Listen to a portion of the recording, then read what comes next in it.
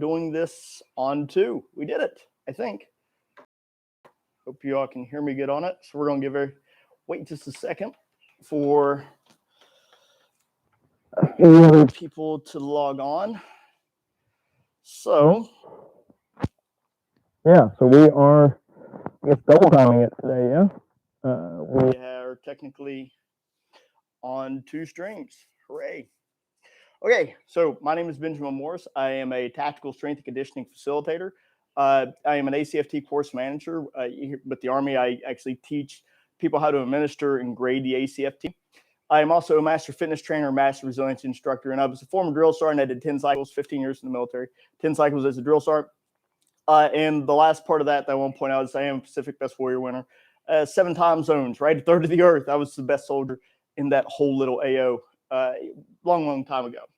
But today we're going to be doing a block of instruction on, with the training knowledge that I have, we're going to try to get back to you all and help people train for, whether it be Q course, RIPS, BUDS, or if it's just trying to get ready for basic training or some type of academy that you get ready for. We provide people the information, the knowledge, and the guidance to be able to go through that. So that way they have that to be able to move forward into those. And the class today is going to be on injury prevention and running. What are the things that we can do in our warm-up drill, and how does this relate to us being able to prevent soreness, achiness, or injuries later on down the line? That's what we're going to be focused on and talking about today as we go through this. We're going to be starting from the head to the ground while we're doing it, and that's just because the main big topics that we're going to be covering are going to be down towards our feet. So there's very little that we need to do up top in order to stretch as far as being able to run to prevent injuries, but we do want to hit those few things so that way they're understood. Yeah, so we are doing this systems. Morning. We're doing this on 2 different mic systems. So if one starts to go bad, please start letting us know. So let's go over injury prevention and warming up. How do we do this? Right? Starting at the top, we want to make sure that our shoulders do have the ability to move freely.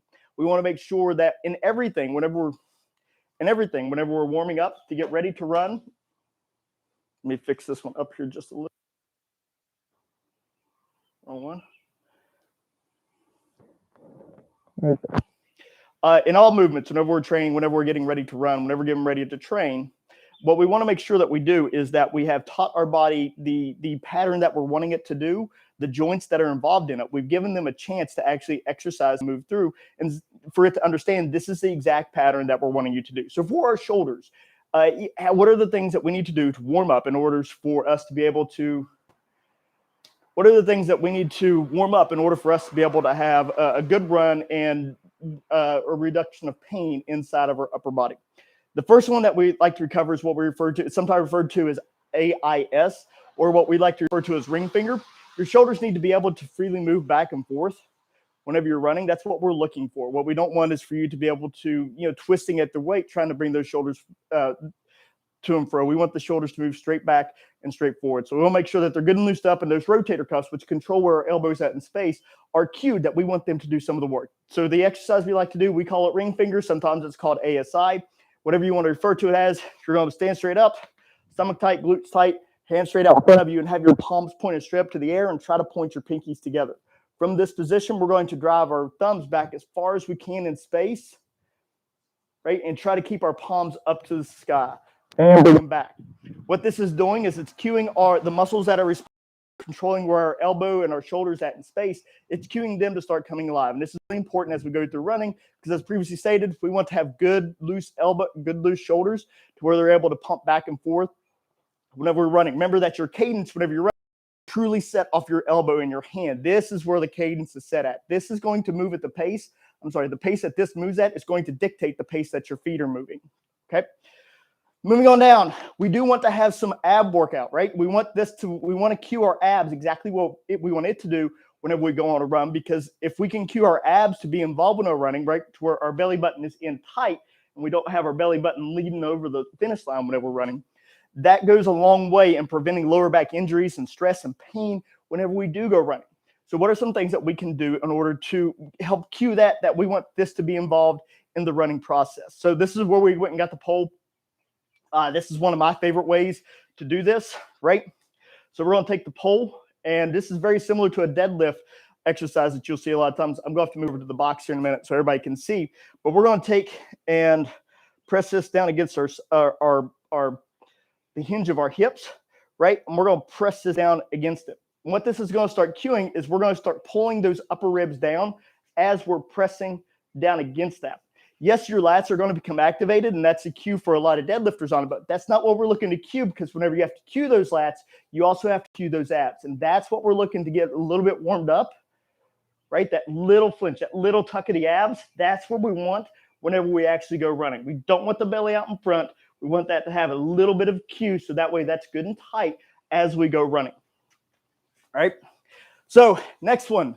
One of the more common things that occur whenever people go running, we got a bus coming by.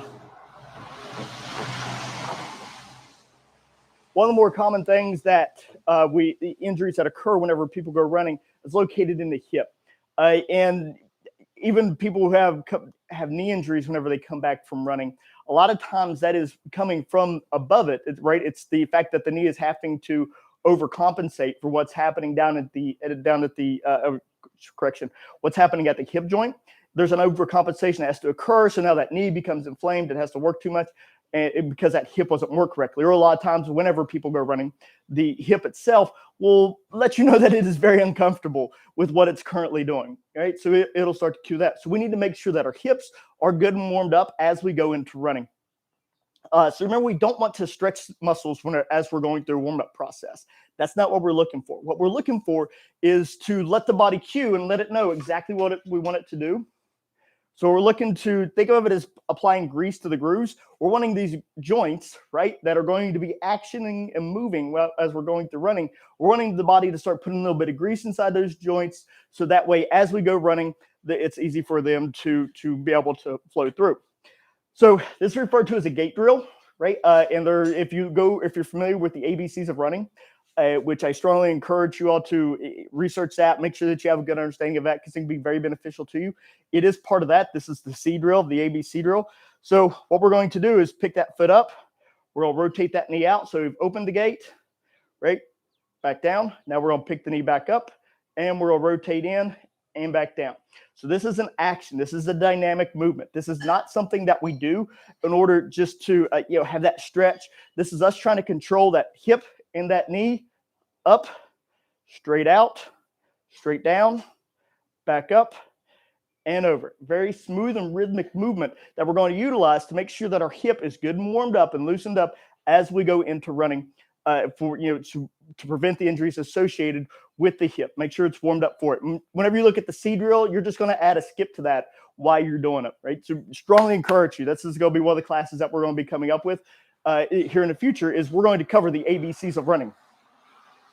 Moving on to the next one. Moving on to the next one, let's move on down to the actual hamstrings and knees themselves. Okay, I'm going to pull the bench over here so you all can see us. We like to refer to this one as baby kicks. Hamstrings play a very vital, important role inside of running, and we really want to cue the body to say that I want to use that muscle.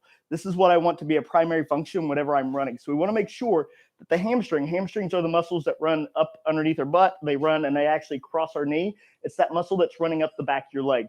We want to make sure that the body is making good utilization of that muscle of that muscle group. We want to make sure it's being used as we're running. So there's a way that we warm that up.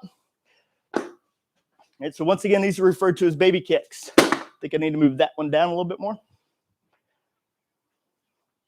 Just back some and down just a hair. There we go. So we continually get asked from people to put these up on YouTube. I want to see the full video. Can you do that? So we finally figured out how to record it all together. But this is our first time going through and knocking that out, right? So it's a good test experiment. Sometimes life needs to involve successes and failures, yeah?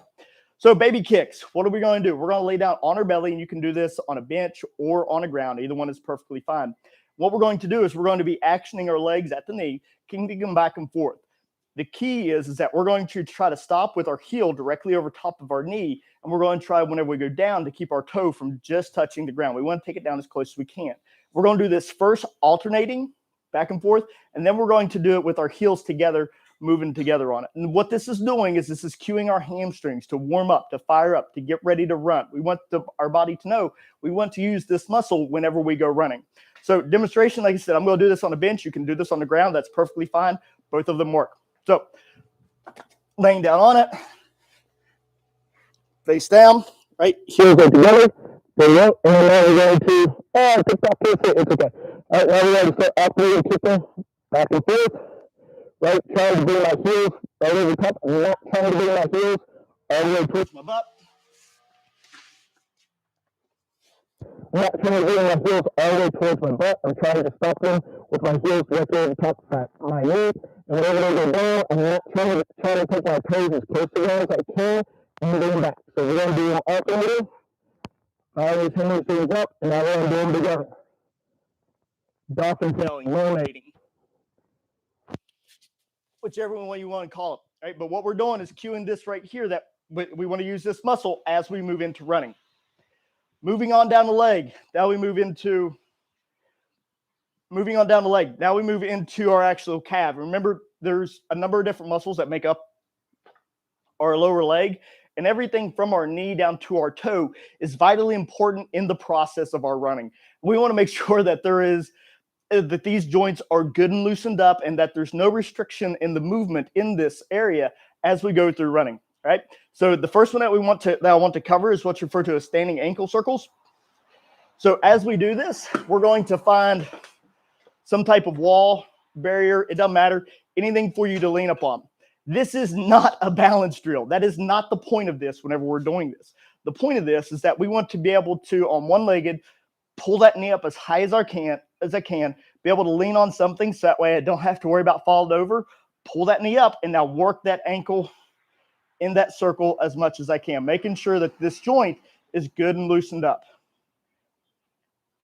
We should feel both the muscles, our tibialis, the muscle in the front of our calf, and we should also feel the muscle that's running along the back of it. We should feel both those muscles good and active, warming up, having to fire as that foot moves through its full range of motion. That's one of the things that we want to make sure that happens and occurs, because that's going to go a long way in injury prevention as we run, as we train, making sure that that ankle is good and loose and it's able to go through its full extension as that foot goes behind the body.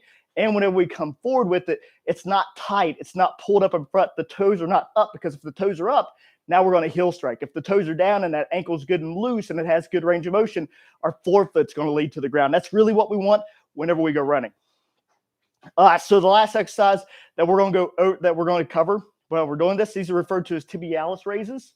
So stepping back here a little bit, that way you all can fully see what's happening on it. Tibialis, it is for a lot of military runners. Let me step forward here so you all can see it. For a lot of military runners, we're talking about the muscle that runs up here from the front of the knee and runs all the way down in the front. So this is that muscle. This causes a lot of shin pain problems. This causes a lot of foot stiffness, a lot of ankle immobility are caused by what's going on in this area. So we need to make sure that this muscle is good and loosened up and it has free range of motion. What happens with a lot of runners, especially whenever the military runners, and we've taught you to run in boots your whole life, is as you're heel striking, whenever you're running, right, that heel's leading into the ground. Now this muscle has to immediately overreact and pull the foot tight so that way the toes don't slap the ground hard. Right? And this consistent tension that's placed in this muscle, that leads to a lot of issues on and around it, right? It's way overworked, which leads to inactivity on the back side of the leg. So we want to make sure that this muscle is good and loosened up. We want to make sure that it has no restrictions in its movement, that it can fully perform the tasks that we want it to whenever we run. If that muscle's tight, remember whenever we come up off the ground, we want our toes back behind us as far as we can. If that muscle's tight and our foot leaves the ground and our toes are already forward, they're not going to loosen up as we come forward, as that knee drives forward. So we'll make sure that this muscle is good and loosened up. Easiest way to do that, find a good wall that you can lean against, that you can support your body's weight on, and you're going to walk that out as far as you can with your hips extended and those toes extended, right? So I'm forcing my feet to stretch out, right? So making those start to gradually work out more and more and more, take those slow steps, so that way we're able to have more range of motion inside of those ankles as we're going through, right? So we're going to wait here for 1 minute to see if we get any questions on anything. This was just a this is our first time doing it on both, right? Hope it worked out pretty good. I see a few things that we need to change up on it. But for the people on TikTok, you all have been great. Thank you for following and liking and helping us, get more and more stuff on it. It's been really awesome, and it's been a great base for us to continue to build off of. So thank you very much. But yeah, looking to put, this was a live recording that's going up on YouTube for later. Maybe, right? But so if there's anything in here that you saw that you want more information on, it'll be up there for you to be able to go back and have, so that way you can grab it and be able to go through it, right? But if that is it, time for me to move on to the next client. But I would like to thank you all very much for your time. I greatly appreciate it. And if there's nothing else, and out.